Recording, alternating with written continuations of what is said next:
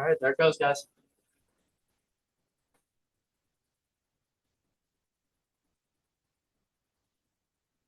Okay, are you on the screen with a code editor and some slides? Yeah,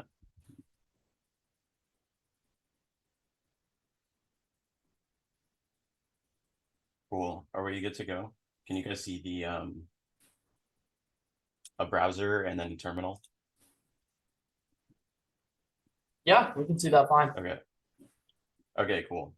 So so Nibiru is in a Cosmos L1. So our smart contracting language is CosmWasm, and that's in Rust. So it has a bit of a learning curve associated with it. So um, there's a lot we could dive into, I guess, like conceptually, you're focusing on the security benefits, but what I'll mostly this session will just be about what are all the steps you would need from scratch if we didn't assume any knowledge of like Rust or how to run things on Nibiru for getting set up to actually write smart contracts, compile them, deploy them, and then also send transactions and everything against them too. So the example repo, to just like walk through that is everything will be out of this like 00 smart contract kickstart folder. So in yours, it should have like, if we're looking at the README, you'll have, or actually a good place to start is there's a bunch of commands here. Basically, for anything I'm going to run in the presentation is also written down there, and then the presentation itself is sitting inside that repo too. So if you don't follow along now, you could do it after. All right. So the first thing is you have to have Rust installed to follow along with this. So that command is just curling it from Rust up. So what that'll do is give you access to cargo. So from there, you have to install just, which would be cargo install just. So when you do that, you're going to have access to this just command. And basically what that does is it's kind of like a make file. So all of basically everything we're going to do will be, except using the NEBIT binary, will be through this this just command. So if I'm just continuing, so the first thing I have is that you can just install everything by typing just install everything. So under the hood, what that's going to do is give you the WASM32 target, which you need for WebAssembly, which will be for compiling. And then there's two other binaries. So when our blockchain is implemented in Go, but if you've worked with like a Geth node or another chain on Cosmos, basically what you have is a binary that lets you add keys, send transactions, query the chain, basically do everything. So that's installed from an endpoint we provide. So, and then another one is price feeder. So our chain has a built-in Oracle. So that helps you, that's for querying prices if you were using the perp module. Okay, so everything we're going to be doing, if you wanted to take a look ahead, is under NEBIT TX WASM, which has all of the CosmWasm commands that send transactions, or NEBIT Q WASM, which is for queries on the same thing. Cool. So in my case, I already have the keys added, but for you guys, you wouldn't have this set up. So you need an account from which to send transactions. So actually, yeah. So I think I have it as if you just write just setup and you should end up with, yeah, you should end up with keys. So you'll want to type NEBIT keys list, right? So then we're going to use this called test me, or like, so we'll use that on a local network. So when you did the install step earlier, you got access to NEBIT. So inside this workshop space we're using, there's a shell script that's pretty long, and basically it runs a local network. You don't really have to know, I mean, you can read through it if you're curious, but you don't need to know that for right now. So I have it as one of the just commands will run that script for you. Yeah, so just run Nibiru is what you would need. So you'd see this basically sets everything up and then starts adding blocks to the chain. So I'm actually going to put that on a different shell because it's so it's not getting in the way. Hold on.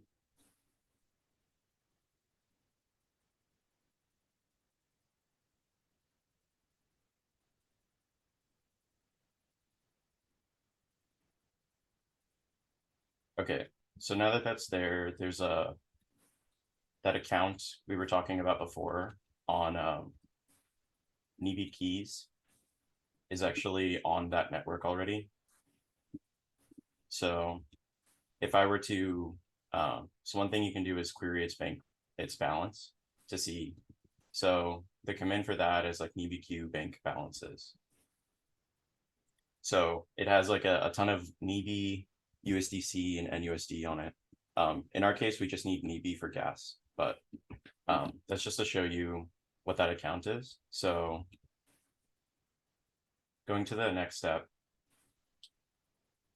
So now I'll kind of walk through the structure of a contract. So this we can kind of just do directly in the code. So typically how you, actually you could just go to the, I'll open the repo a little bit so it's more familiar.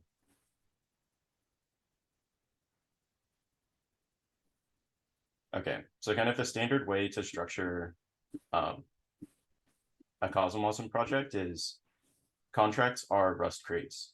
So typically what you'll do is you'll put a workspace at the top with, you know, potentially packages and other scripts in it. In this case, it's just contracts because there's just one simple smart contract in it. And what we have is a to-do list, right? So I made it follow kind of like the typical idiomatic structure here. So in our case, inside of the source directory, probably the first thing you'll look at in a contract is messages. So messages.rs. So what this is defining are called like the entry points of the contract. So what that basically means is there's a message you send when you instantiate it, potentially like setting an admin or other behaviors. There are messages you can send when the contract is live. And then those are like your write operations. So those go under execute. And then query message is your read operations. So what I implemented here as an example was a contract that makes a to-do list. So basically you can potentially put some when you instantiate it or leave it blank. So it's like it's an option type. A to-do task in the setup is just a simple string, and then whether or not you did it is a Boolean. And then I have them as an ID for where they're stored in the contract state. So this file is pretty important because it's outlining all of the transactions and queries you can do. And then it also tells you the type structure that you can later generate into like React code for the front end. And it tells you how to interact with the contract from the CLI. So from there, basically what you add are, there's a macro called entry point in the Cosmosm standard library.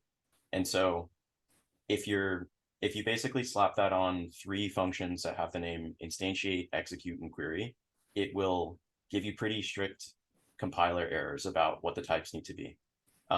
So how you actually build a message is you need to return what's called a response. And so this comes to the actor model. Basically, in Cosmosm, your logic can be anything, or you're not really bound. Pretty much you can use most libraries in Rust that are available. So it's flexible in that regard. And then you basically just have to coalesce it into this response type. So that can be messages that are built into the chain, or they can be custom ones like what we're defining here. So if we kind of just look at, these are pretty simple ones. So execute add takes in a task, and then I'm saving that in storage, and then I increment the ID, right? So this one's already written here for you. Can kind of like go through some of the logic, but I think that can be a lot to look at on first glance. So it may be easier to just work with this from outside. So just leaving the messages here. So typically, so what you do to compile the contracts is you can run cargo wasm because we added that target earlier.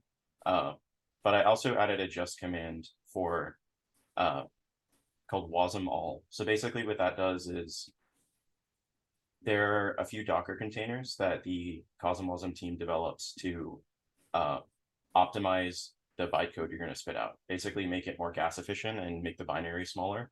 So this script runs that container across everything in your workspace. So in this case, since the contract's already written, you can just type just wasm all, and it would start building that. So while that's running, I already have this, or I already ran this before, but what you should get out after that's finished running is it'll generate an artifacts directory. So inside there is going to be the actual bytecode for your contract. So in my case, to-do list.wasm.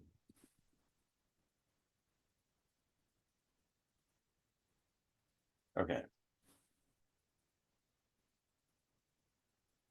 So as a next step, basically,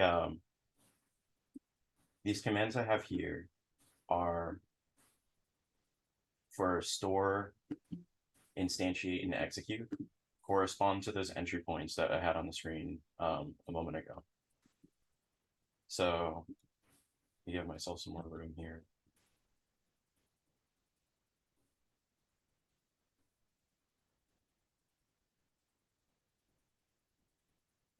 Okay, cool. So first I'll just run the help command so we can kind of see how it works.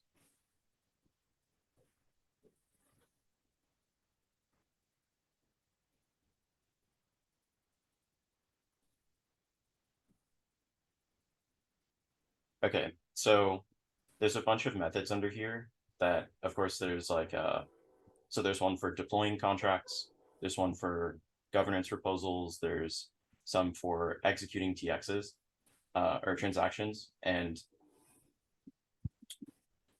basically you have the order that you'll follow if you're starting from scratch like we are is you need to deploy it, and then a contract actually isn't the bytecode. You can almost think like the bytecode is like a class description is maybe a good way to think about it. And then you have to instantiate the class to actually make a contract. So in this case, we have to actually store the bytecode on chain. So that first command we're going to run is, I have it written as an example here, is saying that you want to deploy, what the binary is, who's sending the transaction, and then basically some gas parameters. So I'll kind of do that live.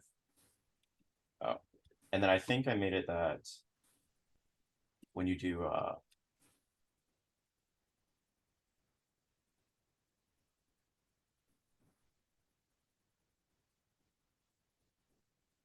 cool.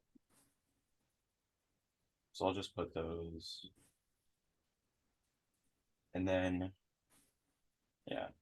So you want to set these environment variables because then you can just copy the command exactly that's written on the slide over there. So cool. So txwasm store.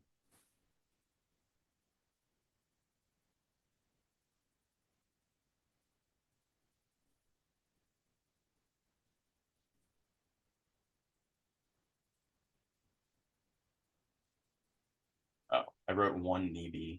That actually means 6 zeros and then a UNEB, by the way, but I have a shorthand on my shell. And then the reason I keep piping everything to a file is just because some of them are pretty long. So, oh, I see, typo.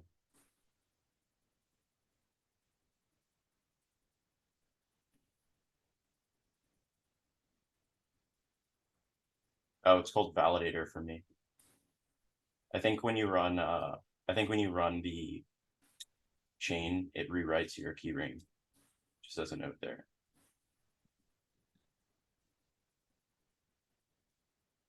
Okay, so what you get back is I put inside store response.json. So there's a lot of stuff in here. Can ignore the bytecode payload because that's what we uploaded to the chain. But the main thing is that you have a transaction hash at the bottom. So I just copied that to the clipboard. So you're going to want to go need query transaction and put that address. So again, it's a pretty big payload. So what I recommend doing is for a lot of these, always just like spit them out into a file and then you can navigate them pretty easily. In my case, I'm just going to pipe it into Vim. So this is a typical like transaction response. So there's a lot of information here. There's like what were all of the events that were emitted during the execution of the transaction, what arguments were passed, things like that. In our case, you can see we did a WASM message store. It was sent from that example account, and then its code ID on chain is 1. So basically, every time you deploy a contract, you keep you increment an integer for what's the identifier for that WASM bytecode, essentially. So that's the main thing we needed here. I mean, we know it's 1 automatically in this case because the chain's starting from scratch. But typically you'll have to look at the response to see what number you got. All right, so since the WASM code is 1, now we can actually instantiate it. So again, here I have like the kind of a template for how the command goes. Everything in CosmWasm just uses JSON as its argument. So in this case, instantiate message has to-dos I put. So, but it's because it's an option, we can actually leave it blank. Basically what that means is you can start it with a couple things in the list already, or you can add them after the fact. And after calling this is where we'll get the actual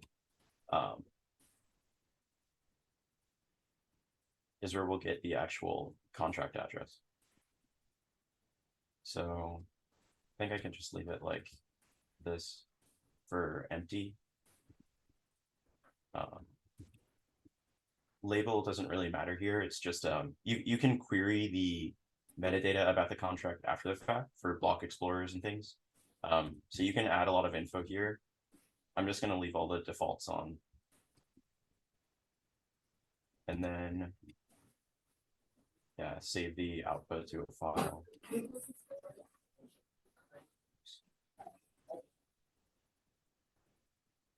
I guess I should just do this.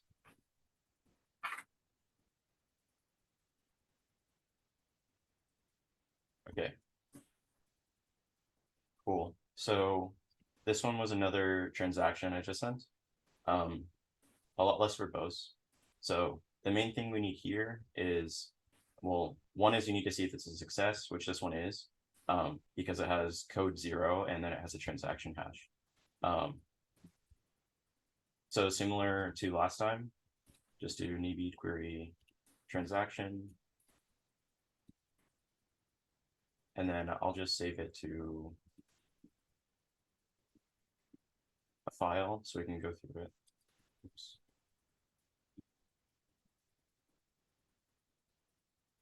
Okay, so in this case, as expected, sent the instantiate, used a blank argument, and then the main thing of value here is in this instantiate block, because it has the contract address, which we'll need to do any other operations on it.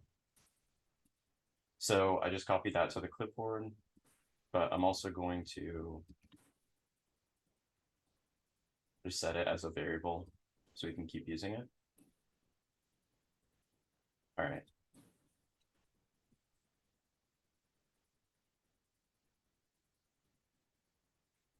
So yeah, the last thing would be how do you actually send transactions against it? So of the entry points we defined, basically you have the snake case version of the messages defined on the left here is how you structure the JSON. So I have like an example one of how to do an ad. So what happens is if these structs are really complex, like if they're simple, it's okay to just use a string because it's easy. But as they get more complex, or if you're using a struct, you'll probably want to put them in a file and then just read it with the concatenate or cat command. So yeah, in this case, I have this in my history, so I don't have to type as much.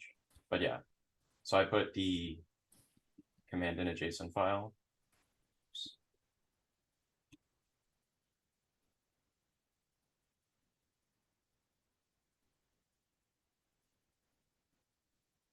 Yeah, and then same as before, got code 0, which is good. And then if I query the TX, oops.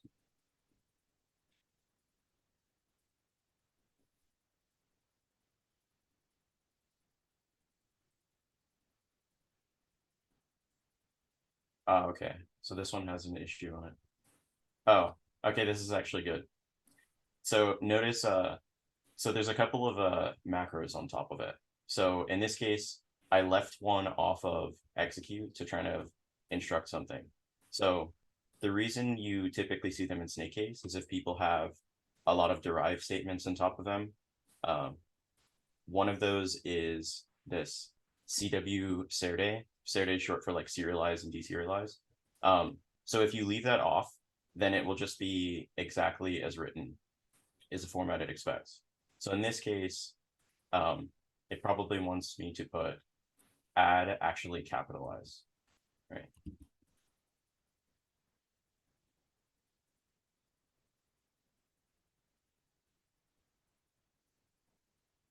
And then I think that's the only change here.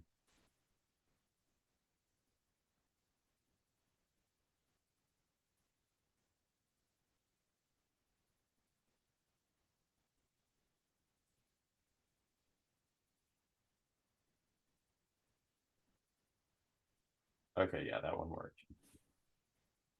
So yeah, I'll put in a file for you guys. Okay, cool. So it's a bit easier to read in the logs part. So you're always going to see message with module wasm when you send a cosm wasm tx. You get back the contract address, and then in our case, there were some events emitted. So those were added manually in the logic of the smart contract. So we don't need to walk through each one, but basically toggle and delete work the same way. And then similarly, queries are also with JSON arguments. So if you wanted to try that out, basically you take this query message block that we had in the file before, and the command you would do is q wasm or query wasm contract, and basically these subcommands. You'd put the address back in here, and then it'd be the same structure as when you're trying to do an execute.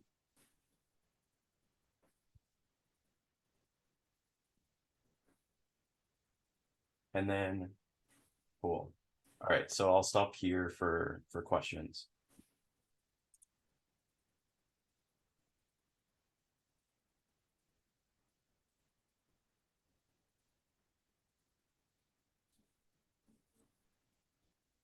What's that?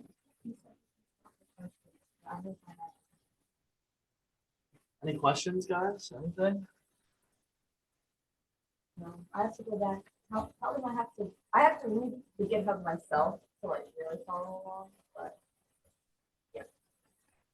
It looks like no questions. I think some students need to read through the GitHub a little bit more. But do you have any tips for the developers that are here on how to get more involved with Nibiru?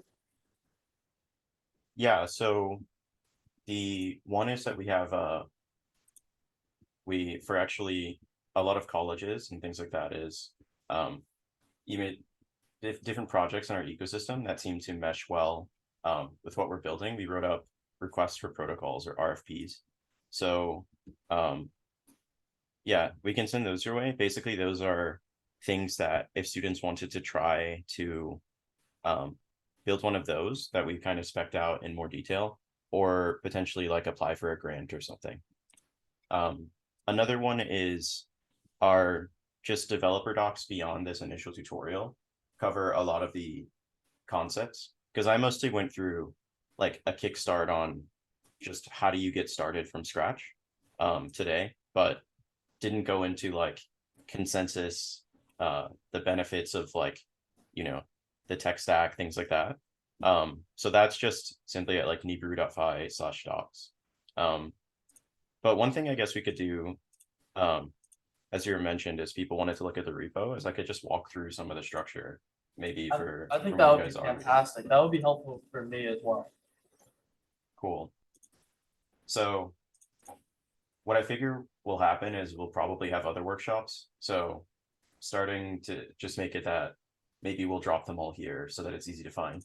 But yeah, so the slides you're seeing are just markdown. So if you wanted to rerun them, there's like a CLI command, but basically everything that was on the screen or that I have right here on localhost is right here in this markdown file. So you can see it there. Then Did as you, for the did just you file, share your screen again? I don't think it's oh yeah. I forgot to share again. My bad. all Okay. good. All good. Yeah. So cool. Okay, so just starting from like if we're walking through the workshop repo. So there's a couple of scripts that I use when we were like setting up your environment or the name for the keys, right? We talked about the one that runs a local network. But basically these aren't meant to be like you have to know the internals of them to follow along. Basically you have this just file that has a ton of commands. So with these, I assumed that people wouldn't be as familiar with Rust with making this. So a lot of the Rust stuff is abstracted in here. So basically, you know, if you were wanting to say, how do you format in lint? How do you compile Rust code? You know, how do you clean away the temp files? Like some of the commands you may be familiar with in NPM or Yarn. All of that stuff is in here. So I would invite you to kind of just like try a bunch of these to see what they do. Yeah. One for even adding the keyring. A lot of that is just like bash stuff that you can read directly in the file. As for repo structure, the smart contract itself is just here in contracts, and it's a Rust crate. So basically, all of its dependencies are in this cargo toml. So I imported the Cosmosm standard library as the main thing I was using. But there are a few other things here too. So I didn't go over this because it'd be too long for a presentation, but the contract, beyond just having the entry points defined, also has full test coverage. So it shows you how to use the standard library for checking that you wrote your contract properly. That's part of how I knew things would run without having to run through the commands before. It's because I already had it tested like this. So that actually shows, you know, beyond just writing them, a huge part of smart contract development is actually testing your contracts. So most of your business logic tends to be in contract.rs, unless there are many interacting together. There are also events, like you saw when I added a to-do list, it showed an event that's written in events.rs. And then the state for this is basically just their to-do tasks. So this just defines what does that struct look like? And there are two things that the contract stores, which are what are all of the to-dos that are in state, and then what's the ID of the next one, so that when you call add, you know where to increment from. But yeah, that's basically the structure.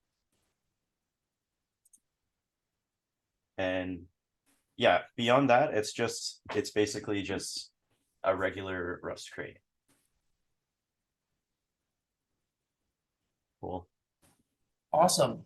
So what else can you tell us about Nibiru chain? Maybe something more high level, what your Mhm. strategy is, and what your plan is going forward. Yeah, so Nibiru is basically what we're kind of building is the I guess the shortest way to describe it is kind of like a the centralized exchange user experience, but on a decentralized blockchain. So initially that starts with like perps, spot, and um, fully collateralized stablecoin called NUSD. And the idea is um, basically as could be gleaned from the web application, um, you would be able to access all of these in like one seamless UI with like easy onboarding and things like that. Um, so kind of a difference with this approach is instead of like making an L1 that's kind of just a blank slate and there aren't any applications, we're also developing applications to launch with the chain. Um, so yeah, the first main one is like NEB perps. So an approach there is we're doing it's AMM based, which means that we can kind of scale up to, kind of an arbitrary number of asset offerings over time, and let people speculate with leverage within the Cosmos ecosystem. NEB swap is like, your typical spot AMM. So there's just a few assets there on the testnet. And then of course you have like the typical uh, proof of stake APRs and on-chain governance. Yeah, so one I guess the kind of main overall like high level idea here is to kickstart that flywheel by actually like developing products people want to use, and also strive to make it as like simple and easy as if it weren't as decentralized. Yeah, that's probably how I would describe it. That's great. Would you guys like to hear anything else from the Nibiru guys? Is there anything you're curious about? Any more questions? Sure, no problem.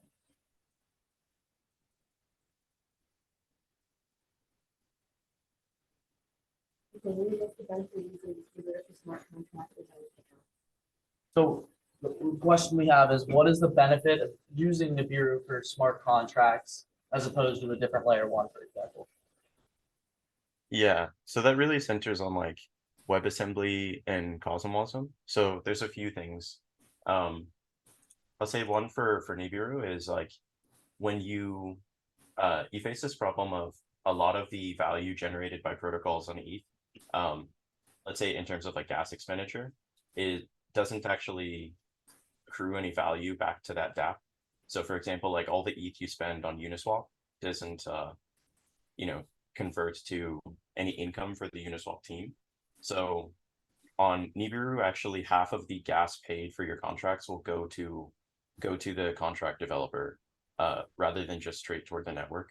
But in terms of like as a smart contract developer, I think one of the bigger benefits is like the design of WASM itself. So basically you have um, I think it's the figure's like 70, it may even be a higher percent, but uh, most of the contract exploits or like big hacks on Ethereum where like a lot of funds get drained are from an attack vector called reentrancy.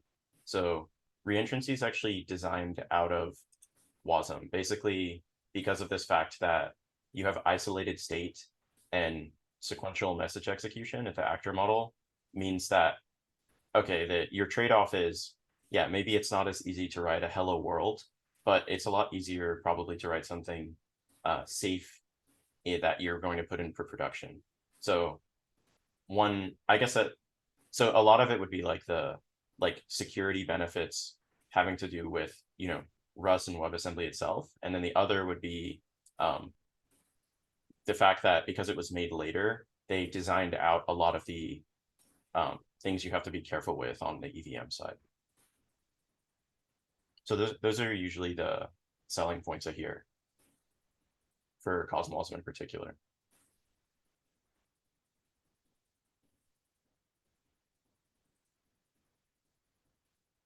Questions, Alex?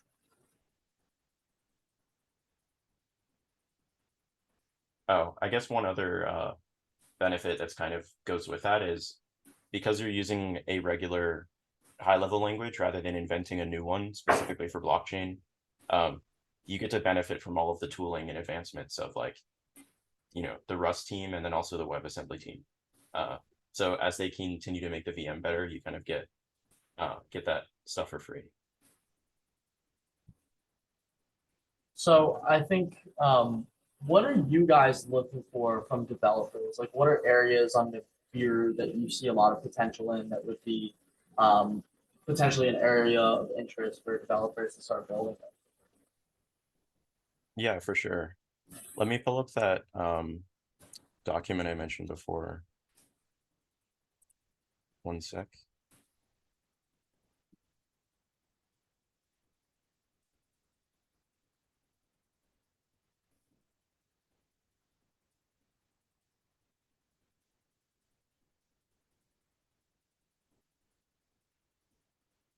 And then I'll pass along the link in the chat again as well. Yeah, that'd be great. Cool. So it goes to a Notion page. Basically, we outlined a lot of the projects we thought made the most sense for external builders to get started with. For some, we have them there as like, yeah. So a lot of this is around like DeFi, but some are more flexible, like the on-chain games category.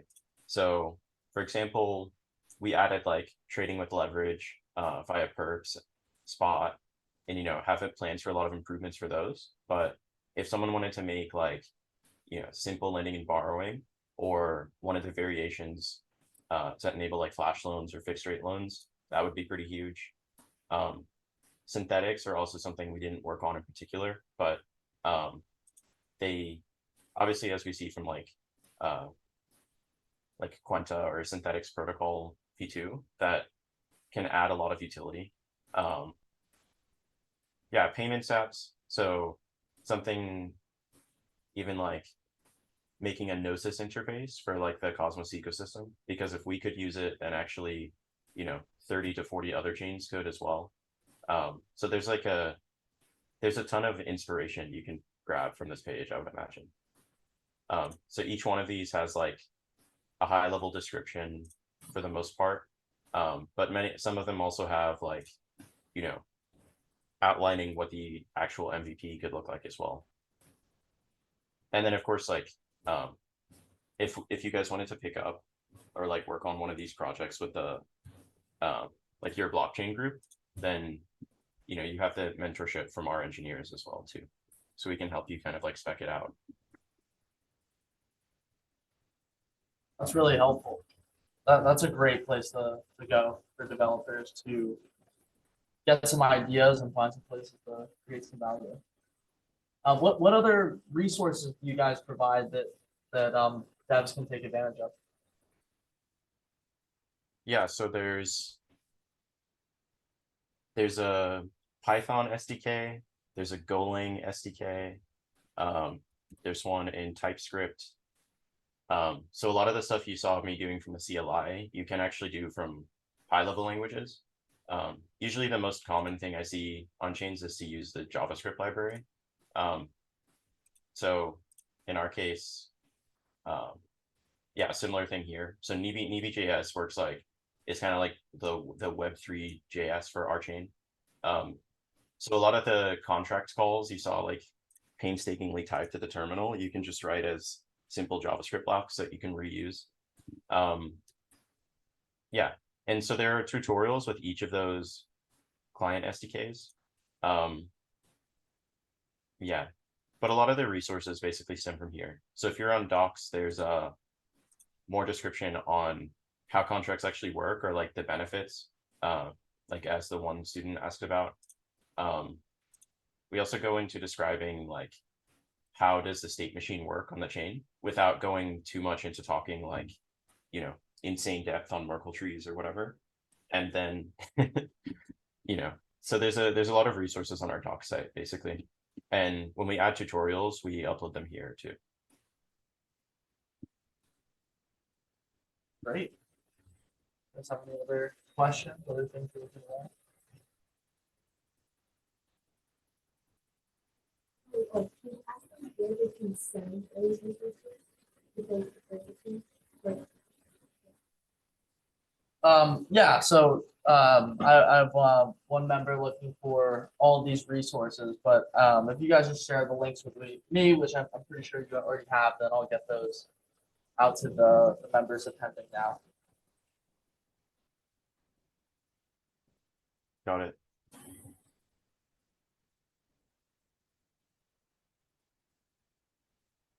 All right, well, I think that's all from our end. Any last things that we should know about Nibiru chain? Do you guys have any upcoming hackathons? Anything that developers or people that are interested in getting involved can take advantage of? We don't have a hackathon going right now. We did like a summer one and just recently one at Cosmoverse, but yeah, we've been finding that the hackathons get a decent amount of traction, so we'll probably do another one. I don't know how soon, but yeah, the main thing now is just that our mainnet's coming up. So the actual launch of the chain will be sometime in the next like 1 to 2 months. And then yeah. But we have started onboarding a lot of external projects too. So yeah, definitely would be happy to connect with people if they're interested in building something. Yeah, fantastic. Happy to set that up. That'd be great. All right, I think we should end here and do a little networking. Thank you guys so much. We really enjoyed learning about Nibiru, and I'll get those links to the developers, and I know we have some interest. So thanks again, guys. Yeah, thanks for having me.